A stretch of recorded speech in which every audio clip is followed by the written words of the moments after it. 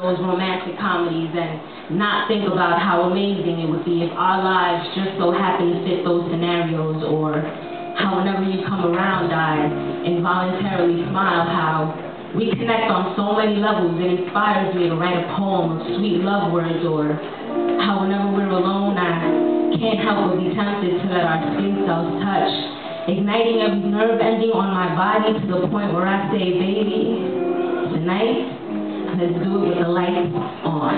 Allowing myself to step outside of my comfort zone simply to give you all of me.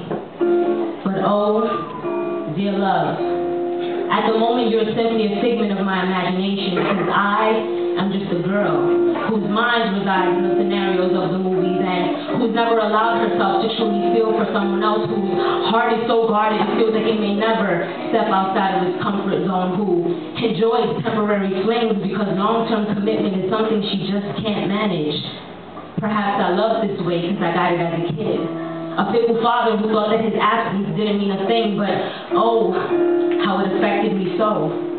Subconsciously preventing me from fully loving because of others I am never truly trusting, but I myself am not trustworthy. So please, dear love, try to understand that at this moment, I am just not ready for you.